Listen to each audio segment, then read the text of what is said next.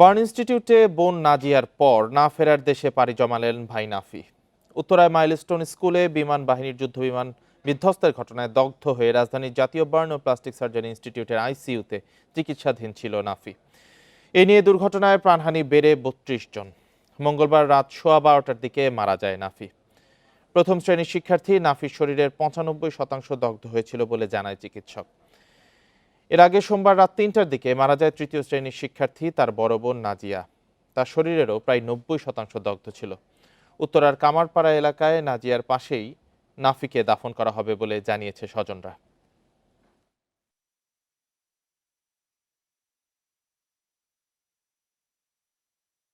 খুব দ্রুত তাকে উত্তরায় দাফনের ব্যবস্থা করা হচ্ছে।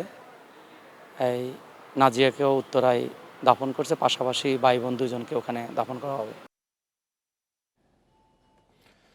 উত্তরা স্কুলে যুদ্ধবিমান বিধ্বস্তে দগ্ধদের সবশেষ পরিস্থিতি নিয়ে জানাতে জাতীয় বার্ন ইনস্টিটিউট থেকে যোগ দিয়েছেন সহকর্মী খালেদ রেহান। ৩২ জনের মৃত্যু নিশ্চিত হওয়া গেছে। নাফি মারা গেলেন রাতে। এখন কি অবস্থা, সর্বশেষ পরিস্থিতি? কতজন আরো সংকটাপন্ন অবস্থায় আছেন? আইসিইউতে কতজন আছেন? ভেন্টিলেশনে কতজন আছেন? সবশেষ পরিস্থিতি জানাবেন আমাদের। দেখুন, রাত ১টার সময় স্বাস্থ্য মন্ত্রণালয় থেকে একটি তালিকা পাঠানো হয়েছে। যেই তালিকায় তারা এখন পর্যন্ত বলছেন ২৯ জন নিহতের খবর। যদিও গতকালকেই কিন্তু বিমান বাহিনীর প্রধান এবং আইসপিআর থেকেই জানানো হয়েছিল যে এই সংখ্যাটি ৩১। তারপরে মধ্যরাতে আরও একজন মারা যায়, যার ফলে সে সংখ্যাটি ৩২ হয়েছে। তাদের যে পরিসংখ্যান মন্ত্রণালয়, সেই পরিসংখ্যান বলছে যে এখনও এই জাতীয় বার্ন ইনস্টিটিউটে ৪৩ জন রোগী ভর্তি রয়েছেন। তাদের মধ্যে গতকালকে জানানো হয়েছিল যে ৪ জন আইসিইউতে এবং ২ জন ভেন্টিলেশনে রয়েছেন এবং এইচডিইউতেও ছিলেন ১৫ জন। সব মিলিয়ে সেই সংখ্যাটি, যেহেতু একজন মারা গেছে, তারপরে সেই সংখ্যা যে ৪৩ জন এখনো রয়েছে, তাদের অনেকের অবস্থায় কিন্তু আশঙ্কাজনক বলছিলেন চিকিৎসকরা। যদিও আজকে এখন পর্যন্ত গণমাধ্যমের সঙ্গে কোনো কথা বলা হয়নি এবং যেই পরবর্তী যেই আপডেট, যেটি গতকালকেও ২বার দেওয়া হয়েছে, আজকে সেটা এখনো পর্যন্ত দেওয়া হয়নি। কিছুক্ষণ পরে হয়তো মন্ত্রণালয়ের পক্ষ থেকে আমরা দেখেছি গতকালকেও প্রধান উপদেষ্টার যিনি বিশেষ সহকারী ছিলেন ডাক্তার সাইদুর রহমান, তিনি ২ দফা গণমাধ্যমের সঙ্গে কথা বলেছেন, তথ্য জানিয়েছেন।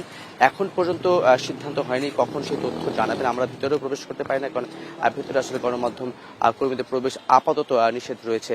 গতকালকে রাত ১১টার দিকে সিঙ্গাপুর থেকে যেই বিশেষায়িত দল আসার কথা ছিল, তারা কিন্তু এসে পৌঁছেছেন। তবে তারা কি ইতিমধ্যেই হাসপাতালে এসছেন কিনা, বা হাসপাতালে আসলেও বা না আসলেও এখানে যারা চিকিৎসক রয়েছেন তাদের সঙ্গে ইতিমধ্যেই কথা বলা বা যোগাযোগ করা শুরু করেছেন কিনা, সেই বিষয়ে কিন্তু সুনির্দিষ্ট কোনো তথ্য এখন পর্যন্ত গণমাধ্যমকে জানানো হয়নি। তবে গতকালকে রাতের বেলা এসছেন এটি নিশ্চিত, এবং তারা যে বৈঠক করবেন, বৈঠক করে কি কি পরবর্তী পদক্ষেপগুলো নেওয়া হবে সেগুলো নিয়ে আলোচনা করা হবে। এবং এরই মধ্যে যেমনটি আগেও জানিয়েছিলাম যে এই হাসপাতালের সকলের ছুটি কিন্তু বাতিল করা হয়েছে। যে সাপ্তাহিক ছুটি থাকে একদিন, সেটির সঙ্গে অন্যান্য যে সকল ছুটি, সকলকেই কিন্তু এখানে চিকিৎসা কার্যক্রম যাতে চলতে পারে ঠিক মতো, সেই জন্য আসতে বলা হয়েছে। রক্তের একটি ব্যাপার গতকালকে থেকে আমরা দেখেছিলাম, রক্তের যে বিষয়টি সেটি হচ্ছে আপাতত বাইরে থেকে কোনো রক্ত লাগছে না। গতকালকে কি তালিকা করা হয়েছে, সেই যদি কারো রক্ত লাগে সেক্ষেত্রে সেই তালিকা ধরে ধরে সেই রক্তগুলো সংগ্রহ করা হবে বলে কিন্তু জানানো হয়েছিল। সব মিলে বলা যায় এখন পর্যন্ত ৩২ জন নিহতের সংখ্যা আমরা পেয়েছি এই হাসপাতালে, ৪৩ জন, এবং সব মিলিয়ে মন্ত্রণালয়ের যে তথ্য, সেই তথ্য অনুযায়ী ৬৭ জন এখনো বিভিন্ন হাসপাতালে তারা কিন্তু চিকিৎসাধীন অবস্থায় রয়েছেন। জাতীয় বার্ন ইনস্টিটিউটের সামনে থেকে সর্বশেষ পরিস্থিতি নিয়ে জানাচ্ছিলেন সহকর্মী খালেদ রেহান। মাইলস্টোন স্কুলের শিক্ষক মাহরিন চৌধুরী শিক্ষার্থীদের কাছে ছিলেন মায়ের মতো আপন। নিজের জীবন বাজি রেখে বাঁচিয়েছেন অনেককে, কিন্তু শেষ পর্যন্ত তার নামও উঠেছে মৃতের তালিকায়। তার মৃত্যু কাঁদিয়েছে স্বজন, শিক্ষার্থী ও অভিভাবকদের।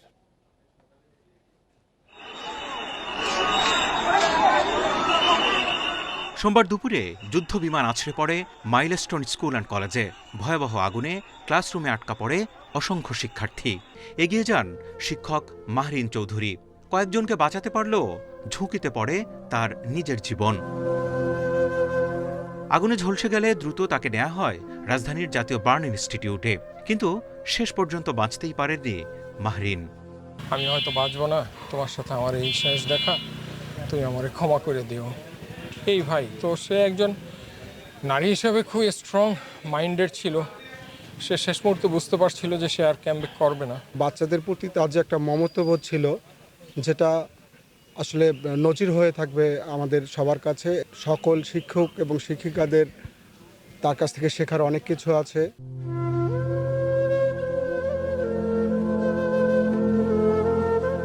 অভিভাবক ও পরিচিতজনরা বলছেন তিনি সাহস দেখিয়েছেন বলেই বেঁচে গেছে কয়েকজন শিক্ষার্থী, জীবন দিয়ে স্থান করে নিয়েছেন সবার হৃদয়ে। অনেক সময় অনেক সন্তানের জন্য মা জীবন দেয়, কিন্তু অন্যদের সন্তানের জন্যও যে আরেকজন মা হিসেবে আবির্ভূত হয়ে জীবন দিবেন, আসলে এটা আমাদের ভাষা বা কোনো কিছুর মধ্যে প্রকাশ করার মতো নেই। তবে আমরা বলবো যে আসলে মেহরিন যদি চলেছে আমাদেরকে পৃথিবীতে মা জাতির যে সম্মান, শিক্ষকের যে সম্মান, উনি আসলে জীবন দিয়ে সেটা প্রমাণ করে দিয়ে গেছেন। সোমবার রাতে হাসপাতাল থেকে মরদেহ নেওয়া হয় উত্তরার বাসায়।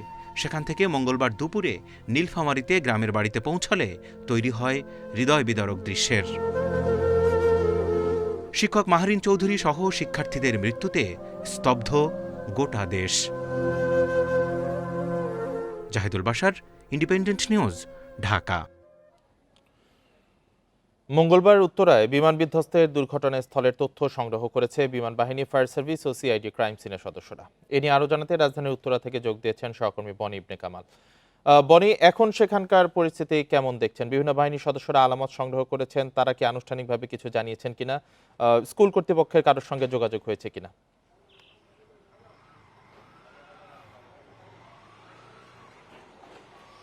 আপনার শেষ প্রশ্ন দিয়ে শুরু করতে চাই। স্কুল কর্তৃপক্ষের সঙ্গে কিন্তু আমরা যোগাযোগ করার চেষ্টা করছি, কিন্তু এখন পর্যন্ত আমরা আসলে কোনো সাড়া পাইনি।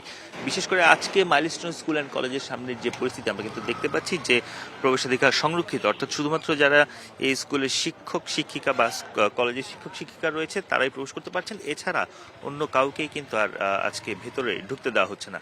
আমরা এরকম একটি পরিস্থিতি দেখতে পাচ্ছি। এবং যখন এখান দিয়ে স্কুল শিক্ষা প্রতিষ্ঠানটির শিক্ষক শিক্ষিকারা ভিতরে ঢুকছিলেন, আমরা তাদের সঙ্গে কথা বলার চেষ্টা করছিলাম, কিন্তু কেউই কিন্তু এখন পর্যন্ত আসলে আমাদের সঙ্গে কোনো কথা বলতে রাজি হয়নি। অর্থাৎ স্কুলের পক্ষ থেকে যে আনুষ্ঠানিক কোনো বক্তব্য বা কোনো স্টেটমেন্ট, কোনো কিছু কিন্তু আমরা এখন পর্যন্ত পাইনি। আমরা একটু যদি জানিয়ে রাখি, আমরা সকাল থেকে এখানে দেখতে পাচ্ছি যে এই স্কুলের বা এই কলেজের যারা সাবেক শিক্ষার্থী রয়েছেন তাদের মধ্যে দু একজন এসেছেন, এবং অভিভাবক এবং আশেপাশের স্থানীয় যারা রয়েছেন, উৎসুক জনতা যা বলা চলে, তারা কিন্তু এখানে এসেছেন এবং তারা স্কুলের সামনে অবস্থান নিয়েছেন। তারা বিভিন্ন দাবি দাবা জানাচ্ছেন। অনেকেই বলছেন যে এখন পর্যন্ত স্কুলের কর্তৃপক্ষ কোনো ক্ষতিপূরণ দেওয়ার ব্যবস্থা করেনি, যারা আহত হয়েছে সেসব নিয়েও কিন্তু তারা প্রশ্ন তুলছেন। এরকম পরিস্থিতি কিন্তু আমরা দেখতে পাচ্ছি। তবে স্বাভাবিকভাবে বলা যায় যে আজকে এখন পর্যন্ত মাইলস্টোনের ভেতরে ঢোকা বা বের হওয়ার ক্ষেত্রে এক ধরনের নিষেধাজ্ঞা বা প্রবেশাধিকার যে সংরক্ষিত ব্যবস্থা, সেটা আমরা দেখতেই পাচ্ছি। গতকালকে সিআইডি, বিমান বাহিনী এবং ফায়ার সার্ভিস এই পুরো ক্রাইম সিনের আলামতটি সংগ্রহ করেছে, তারা সংগ্রহ করেছে, এবং যে ভাঙা অংশ অর্থাৎ বিমানের যে বিধ্বস্ত অংশ সেটাও অনেকটাই সরিয়ে নেওয়া হয়েছে বলে কিন্তু আমরা এখন পর্যন্ত জানতে পেরেছি। অর্থাৎ এই যে বিমান দুর্ঘটনা, এই দুর্ঘটনার কারণটি কি, কেন এমন দুর্ঘটনা হলো, সেটি হয়তো আর কয়েকদিন পরে জানা যাবে, যখন ব্ল্যাক বক্স পাওয়া যাবে বা ব্ল্যাক বক্সের তথ্য জানা যাবে। তার আগ পর্যন্ত কিন্তু আসলে কি হয়েছিল, এক্স্যাক্টলি কি ঘটনা ছিল, কেন এরকম একটি মর্মান্তিক দুর্ঘটনা হলো, এতগুলো শিশুর জীবন গেল, সেই বিষয়টি কিন্তু এখন পর্যন্ত আসলে অনেকটাই বলা চলে যে কারণ কিন্তু আসলে এখনো জানা যায়নি। শুধুমাত্র এতটুকুই জানা যাচ্ছে, এতটুকুই দেখা যাচ্ছে যে একটি বিমান দুর্ঘটনায় অনেকগুলো শিশু আহত। বনি, একটা জিনিস একটু জানতে চাই, যাদের পরিচয় শনাক্ত করা যায়নি তাদের কি ডিএনএ পরীক্ষার বিষয়ে কোনো কিছু তথ্য পাওয়া গেছে?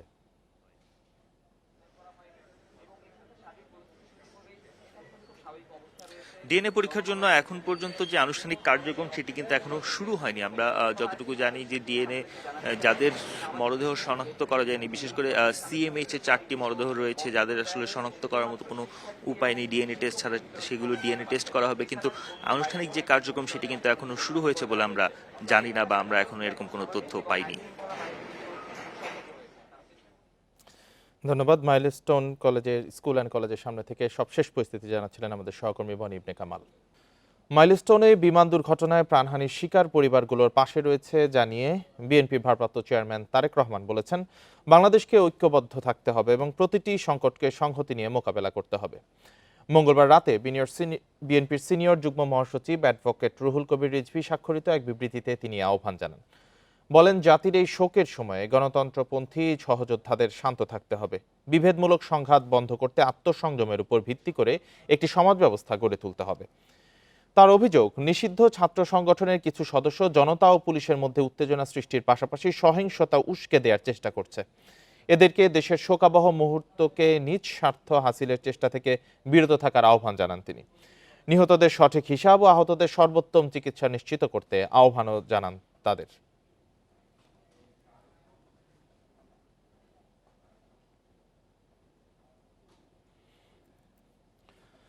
উত্তরায় বিধ্বস্ত বিমানটিতে কোনো যান্ত্রিক ত্রুটি ছিল কিনা তা জাতির সামনে স্পষ্ট করার দাবি জানিয়েছেন বিএনপির স্থায়ী কমিটির সদস্য গয়েশ্বর চন্দ্র রায়।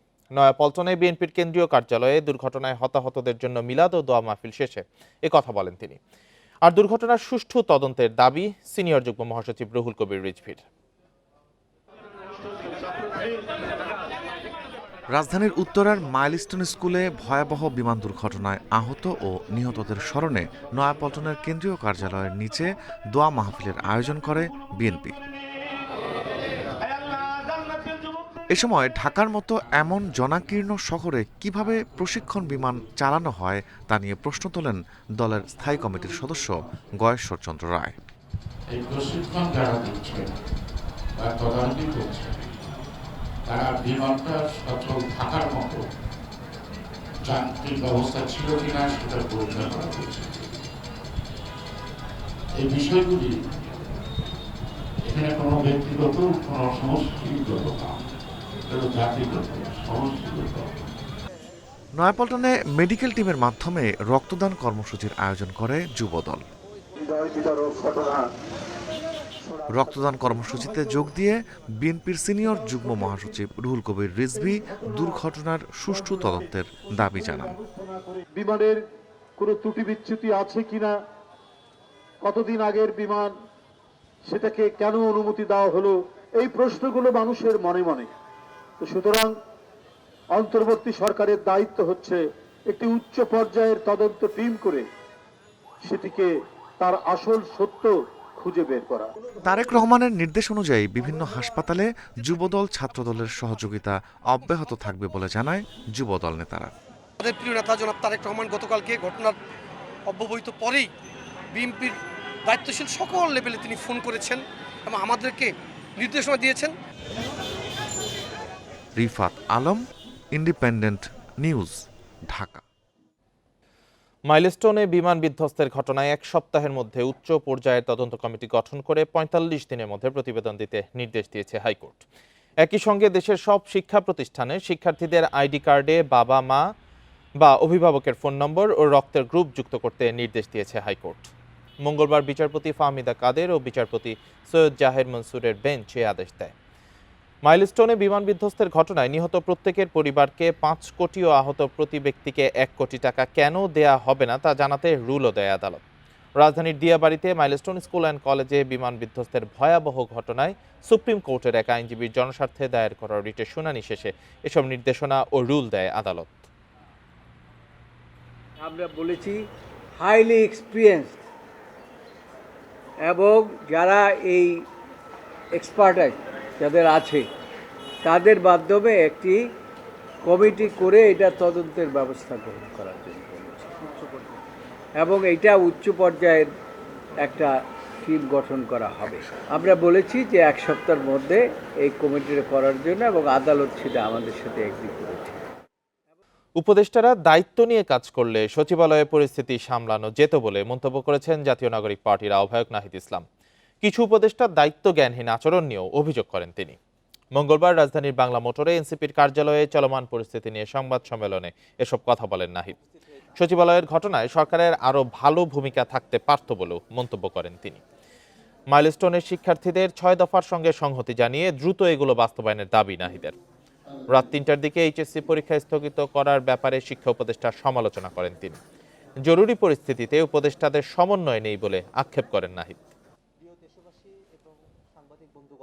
যে শিক্ষা সচিব যাকে আজকে প্রত্যাহার করা হলো, তার যে ব্যর্থতা আছে এটা তো আজকে গতকালকে ইস্যুতে প্রমাণ হয়েছে এরকম না। এর আগে আমরা জগন্নাথ বিশ্ববিদ্যালয় আন্দোলন দেখেছি উনি এই পরিস্থিতি ট্যাকেল করতে পারে নাই, এবং এই ধরনের আমলারা কিন্তু সরকারকে আরো বিপদে ফেলতেছে এবং জনগণের যে দাবি দেওয়া সেই দাবি দেওয়া পূরণের ক্ষেত্রে বাধা হয়ে দাঁড়াচ্ছে বিভিন্ন ক্ষেত্রে। ফলে সেই প্রশাসনিক ব্যর্থতা রয়েছে। এই গোপালগঞ্জে সহিংসতার ঘটনায় বিচার বিভাগীয় তদন্ত কমিটি গঠন করা হবে বলে জানান সড়ক পরিবহন ও সেতু উপদেষ্টা। নিরীহ মানুষকে হয়রানি বন্ধের আশ্বাসও দেন তিনি। মঙ্গলবার গোপালগঞ্জে যান দুই উপদেষ্টা। সেখানে নিষিদ্ধ ছাত্রলীগ কর্মীদের হামলায় ক্ষতিগ্রস্ত স্থাপনা পরিদর্শন করেন তারা। 16 জুলাই গোপালগঞ্জে এনসিপির পদযাত্রায় হামলা করে আওয়ামী লীগ সমর্থকরা।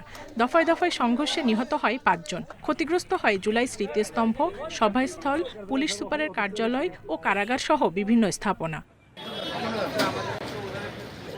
ক্ষয়ক্ষতির পরিস্থিতি দেখতে মঙ্গলবার গোপালগঞ্জে যান সেতু উপদেষ্টা ফয়জুল কবির খান এবং বন ও পরিবেশ উপদেষ্টা সৈয়দা রিজওয়ানা হাসান।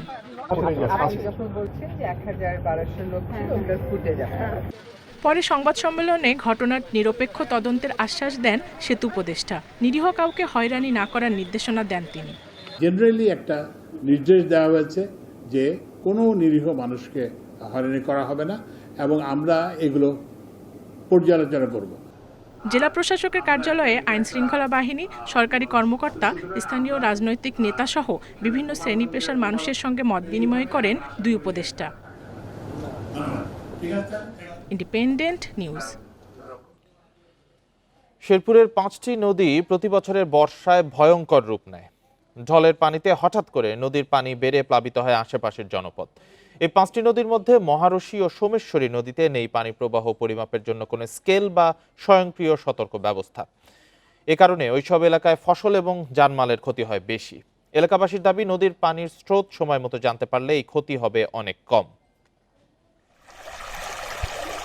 ভারত সীমান্ত ঘেঁষা পাহাড়ি জনপদের জেলা শেরপুরের গুরুত্বপূর্ণ দুই নদী মহারশী ও সোমেশ্বরী। ঢল ও ভারী বৃষ্টিপাতের ফলে প্রতিবছর বর্ষায় নদী দুটির পানি হঠাৎ বেড়ে ভয়ঙ্কর রূপ ধারণ করে। এ সময় নদীপাড়ের গ্রাম প্লাবিত হয়ে ফসল ও জানমালের ব্যাপক ক্ষয়ক্ষতি হয়। স্থানীয়দের দীর্ঘদিনের দাবি, এলাকার ক্ষয়ক্ষতি কমাতে নদী দুটিতে পানি পরিমাপের যন্ত্র, স্কেল বা স্বয়ংক্রিয় সতর্কবার্তা বসানোর প্রয়োজন। আমাদের এই পানির যখন বৃদ্ধি হয় তখন আমরা বিপদের সম্মুখীন হই। এই নদীর কোনো পানি মাপার কোনো তো যন্ত্র নাই, যন্ত্র থাকলে আমরা মাল সাবানা সরাই নিয়ে যেতাম, কিন্তু পানির পরিমাপ বুঝতে পারি না যে কতক্ষণ কোন সময় কতটুকু পানি আছে। পরিমাপের যন্ত্র ছাড়া হঠাৎ পানি বৃদ্ধি সম্পর্কে জনগণকে সতর্ক করাটা কঠিন হয় বলে জানান উপজেলা নির্বাহী কর্মকর্তা। পানির রিডিংটা আমরা জানতে পারি না, সেক্ষেত্রে আমাদের প্রস্তুতির একটু সমস্যা হয়ে থাকে। সেজন্য আমরা পানি উন্নয়ন বোর্ডকে ইতিমধ্যে বিষয়টি অবহিত করেছি এবং তারা তাদের ঊর্ধ্বতন কর্তৃপক্ষের সাথে কথা বলে যত দ্রুত সম্ভব এখানে পানি মাপার জন্য স্কেলের ব্যবস্থা করবেন। তবে পরিমাপ যন্ত্র বসানোর বিষয়ে ইতোমধ্যে মন্ত্রণালয়ে চিঠি দেওয়া হয়েছে বলে জানিয়েছে পানি উন্নয়ন বোর্ড। এই নদীগুলো হচ্ছে ফ্ল্যাশি রিভার, মানে খুব দ্রুত হচ্ছে পানি বৃদ্ধি পায়। এই জন্য আমরা গত মাসের 16 তারিখে আমরা হচ্ছে এই দুটি নদীতে গেজ স্থাপনের জন্য ঊর্ধ্বতন কর্তৃপক্ষের কাছে পত্র প্রেরণ করেছে এবং তারা আশ্বস্ত করেছেন যে অতি শীঘ্রই গেজ স্থাপন করবেন। দ্রুতই নদী দুটিতে পানি প্রবাহ পরিমাপের যন্ত্র বসাবে কর্তৃপক্ষ, এমনটাই প্রত্যাশা নদী তীরের বাসিন্দাদের। Independent news. উদ্বোধনের 1 বছর পেরিয়ে গেলেও মাগুরায় চালু হয়নি প্রবীণ নিবাস। ভবন থাকে তালাবদ্ধ, অত্যাধুনিক আসবাব পড়ে আছে অব্যবহৃত অবস্থায়। প্রবীণদের স্বাস্থ্যসেবা নিশ্চিত করতে কোটি টাকা খরচ করে কেনা ফিজিওথেরাপি মেশিনও কাজে আসছে না। সমাজসেবা কর্মকর্তারা বলছেন, প্রকল্পের কাজ শেষে বুঝিয়ে দেওয়া হয়েছে কর্তৃপক্ষকে। প্রবীণ, এতিম ও বিশেষ চাহিদা সম্পন্ন ব্যক্তিদের জন্য মাগুরায় নির্মাণ করা হয়েছে প্রবীণ নিবাস ও এতিমখানা ভবন। প্রকল্পের কাজ শেষ হয় 2024 সালের জুনে। সমাজসেবা অধিদপ্তর ও প্রফুল্ল প্রতিভা ট্রাস্ট বাস্তবায়ন করেছে প্রকল্পটি, কিন্তু উদ্বোধনের পর এটি ট্রাস্টকে বুঝিয়ে দেওয়া হলেও এখনও চালু হয়নি। ভবনটিতে আছে 50 জন প্রবীণ এবং 50 জন এতিম শিশুর আবাসনের ব্যবস্থা। তাদের ব্যবহারের জন্য কেনা হয় কোটি টাকার অত্যাধুনিক আসবাব। প্রবীণদের স্বাস্থ্যসেবা নিশ্চিত করতে কোটি টাকা খরচে কেনা হয়েছে ফিজিওথেরাপি মেশিন। অনেক বৃদ্ধা আছে হয়তো এখানে জানে না বা সেইভাবে সঠিকভাবে পরিচালনা করা হয় না, তার কারণেই হয়তো বৃদ্ধা এখানে পৌঁছাচ্ছে। এত বছর পরে আছে, এই জিনিসটা চালু হোক, এই বৃদ্ধাশ্রম চালু হলে পরে ভালো হবে। প্রকল্প পরিচালক জানিয়েছেন, কাজ শেষ হওয়ার পর প্রফুল্ল প্রতিভা ট্রাস্টকে ভবনটি হস্তান্তর করা হয়। এখন তারাই এটি দেখাশোনা করছেন। 40,000 স্কয়ার ফিটের দুটি ভবন বাউন্ডারি সহ একটি ঘাট বাঁধাই রয়েছে। পরবর্তীতে তারা প্রফুল্ল প্রতিভা ট্রাস্ট তাদের 25 আসন প্রবীণ নিবাস এবং 25 আসন এতিমখানা তারা সেটা পরিচালনা করবে। তবে ভবনটি চালুর ক্ষেত্রে নানা সীমাবদ্ধতার কথা জানিয়েছেন ট্রাস্টের চেয়ারম্যান। কাজ চলছে, সরকারি কাজটুকু হয়ে গেছে, কিন্তু আপনি বুঝেন তো একটা বিল্ডিং হয়ে গেলে সেখানে উঠতে কিছু জিনিস লাগে না, রান্নাঘর তৈরি করতে হয়, তারপরে তার রেলিংটা রয়ে গেছে নিচু, যে প্রতিবন্ধীরা আসবে রেলিংতে পড়ে যাওয়ার মতো, রেলিংটা ঠিক করতে হবে। মাগুরা জেলা সদর থেকে প্রায় 10 কিলোমিটার দূরে প্রফুল্ল প্রতিভা প্রবীণ নিবাস। 40,000 বর্গফুটের দুটি 5 তলা ভবন নির্মাণে খরচ হয়েছে 28 কোটি 19 লাখ টাকা। Independent news. দেশে জ্বালানি তেল পরিশোধন সক্ষমতা বাড়াতে ইস্টার্ন রিফাইনারির দ্বিতীয় ইউনিট স্থাপনে আবারও পরিকল্পনা কমিশনের প্রস্তাব দিয়েছে বিপিসি। সংস্থাটি বলছে প্রকল্পে প্রায় $350 কোটি খরচ হবে, যার $100 কোটি যোগান দেবে বিপিসি। বাকি অর্থ ঋণ হিসেবে আসবে সরকারি তহবিল থেকে। বিপিসি বলছে উন্নত প্রযুক্তির দ্বিতীয় রিফাইনারিতে পরিশোধিত জ্বালানি তেল হবে আন্তর্জাতিক মানের। দেশে বার্ষিক জ্বালানির চাহিদা 65 লাখ টন। এর মধ্যে প্রায় 50 লাখ টনই ডিজেল। 15 লাখ টন তেল পরিশোধন করা হয় একমাত্র রাষ্ট্রীয় রিফাইনারিতে। চট্টগ্রামে 1968 সালে স্থাপিত ইস্টার্ন রিফাইনারির আয়ু শেষ হয়েছে কমপক্ষে 2 দশক আগে। নিয়মিত সংস্কার করেই চলছে পরিশোধন, দক্ষতা কমায়, বেড়েছে খরচও। 2010 সালে বছরে 30 লাখ টন পরিশোধন ক্ষমতার দ্বিতীয় ইউনিট নির্মাণের উদ্যোগ নেয় বাংলাদেশ পেট্রোলিয়াম কর্পোরেশন বিপিসি। তখন ব্যয় ধরা হয় 13,000 কোটি টাকা। অর্থায়ন সহ নানা জটিলতায় কয়েক দফা ব্যর্থ হয় সরকারি অনুমোদন প্রচেষ্টা। সম্প্রতি 42,000 কোটি টাকার সংশোধিত প্রকল্প প্রস্তাব পাঠানো হয়েছে পরিকল্পনা কমিশনে। সেখানে 1 বিলিয়ন মতো প্রোভাইড করবে আমাদের বিপিসির নিজস্ব অর্থ আছে, আমরা সংস্থান রেখেছি। বাকিটা তাহলে 2.2 বিলিয়ন বা 2.5 বিলিয়ন যেটা হচ্ছে আসলে বাইরে থেকে আসতে হবে। আমরা খুবই তাড়াতাড়ি চাচ্ছি, সরকার বিশেষ করে খুব তাড়াতাড়ি এটা হোক, মানে এটার যেহেতু চাহিদাটা প্রয়োজন, খুবই যত তাড়াতাড়ি শুরু করা যাবে তত আমাদের ইকোনমির জন্য ভালো। বিশ্বে জ্বালানি নিরাপত্তায় বড় নিয়ামক রিফাইনারি শিল্প। সরবরাহ সংকটে পরিশোধিত ডিজেলে গুনতে হয় অতিরিক্ত দাম। বিপিসি বলছে রিফাইনারির দ্বিতীয় ইউনিট অর্থ সাশ্রয়ে ভূমিকা রাখবে।